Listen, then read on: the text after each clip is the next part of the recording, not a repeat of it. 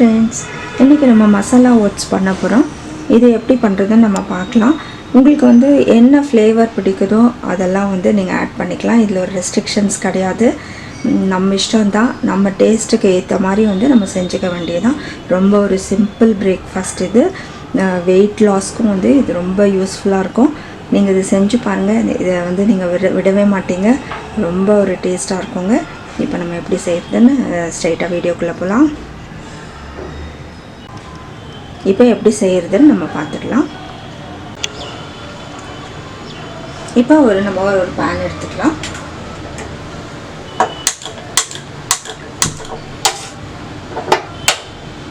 இதுல வந்து நான் கொஞ்சம் எண்ணெய் ஊத்திக்கிறேன். இது ஆலிவ் ஆயில்.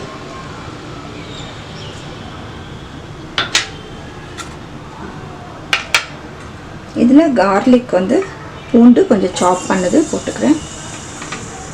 அதே மாதிரி கொஞ்சோண்டு வெங்காயம் தான் பாருங்க. சும்மா ஒரு டேபிள் ஸ்பூன் வெங்காயம் போட்டுக்கலாம் போறோம்.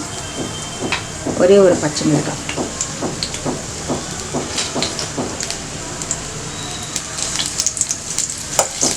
இது கொஞ்சம் வந்து நம்ம சாட் பண்ணிட்டு நம்ம இதுல தண்ணி ஆட் பண்ணிக்க போறோம். நீங்க எந்த கப்ல எடுத்தீங்களோ அந்த கப்லயே வந்து நம்ம அரை எடுத்துறோம். இப்போ வந்து நான் இதுக்கு வந்து ஒரு 1.5 தண்ணி ஊத்திக்கிறேன். அதே கப்ல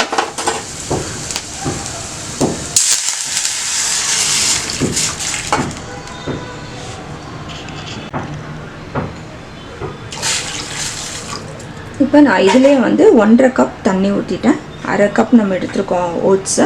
இதுக்கு வந்து 1.5 கப் எடுத்துர்க்கேன். இது கொதிக்கட்டும். இப்போ வந்து இதில் வந்து நம்ம எல்லா ஸ்பைசஸ் உங்களுக்கு என்ன தேவையோ அதை ஆட் பண்ணிக்கலாம். ஃபஸ்ட்டு நம்ம உப்பு போட்டுக்கலாம். கொஞ்சம் மஞ்சத்தூள் போட்டுக்கலாம். ஒரு துளி தான், ஒரு பிஞ்ச் ஆஃப் டர்மரிக் தான். அப்புறம் நம்ம காரத்துக்கு ஏற்ற மாதிரி ஒரு மிளகாய் போட்டிருக்கோம்.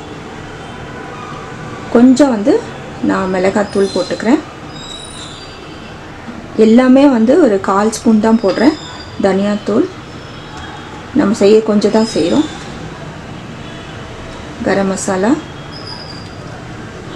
கொஞ்சம் சீரகத்தூள் இதெல்லாம் போட்டுக்கலாம். இது கொஞ்சம் கொதிக்கட்டும். நீங்கள் வந்து செக் பண்ணிக்கோங்க. இதில் வந்து சால்ட்டு சரியாக இருக்கா, மிளகாத்தூள் காரம் உங்களுக்கு சரியாக இருக்கான்னு செக் பண்ணிக்கோங்க. இதில் கொஞ்சம் வந்து மிளகு தூளும் நான் ஆட் பண்ணிக்கிறேன். இதில் வந்து உங்களுக்கு தேவையாக இருந்தால் உங்களுக்கு வந்து சோயா சாஸ் கொஞ்சம் ஊற்றிக்கலாம். Green chilli sauce, red chilli sauce எதுனாலும் வந்து நீங்கள் ஊற்றிக்கலாம். ஏதாவது சாஸ், டொமேட்டோ சாஸ் வேணுனாலும் ஊற்றிக்கலாம். நான் அதெல்லாம் ஊற்றல, ரொம்ப சிம்பிளாக தான் பண்ணுறேன்.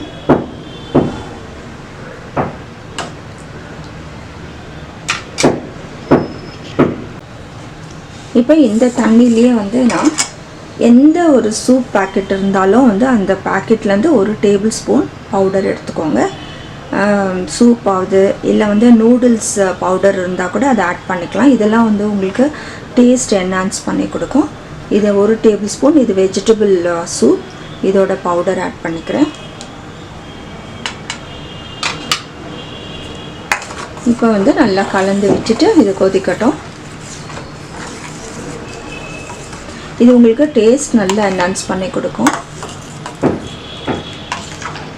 இப்போ ஓட்ஸ் உங்களுக்கு வந்து செஞ்சு கொடுத்தோம்னா சின்ன பிள்ளைங்கள்லாம் சாப்பிடுறது ரொம்ப கஷ்டம். இது வந்து நல்ல நூடுல்ஸு இல்லை அந்த சூப் மசாலா ஸ்மெல் இருந்துச்சுன்னா அவங்களுக்கு வந்து ரொம்ப பிடிக்கும், டேஸ்ட்டாக இருக்கும். இப்போ கொச்சிடுச்சு, நம்ம வந்து ஓட்ஸ் ஆட் பண்ணிக்கலாம்.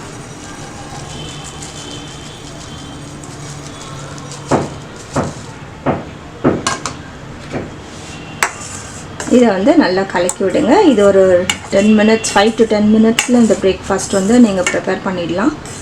ரொம்ப ஒரு டேஸ்டான பிரேக்ஃபாஸ்ட். நீங்கள் செஞ்சு பாருங்க, அப்போ தான் உங்களுக்கு அந்த டேஸ்ட்டு தெரியும். ஓட்ஸ் பிடிக்காதவங்க கூட வந்து சாப்பிட்டுடுவாங்க.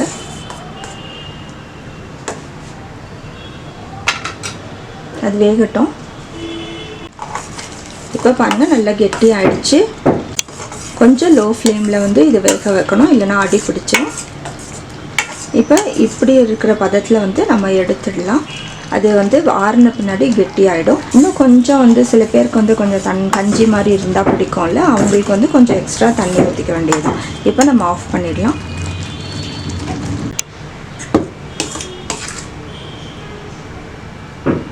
இப்போ நம்ம வந்து மசாலா ஓட்ஸ் ரெடி ஆகிடுச்சுங்க.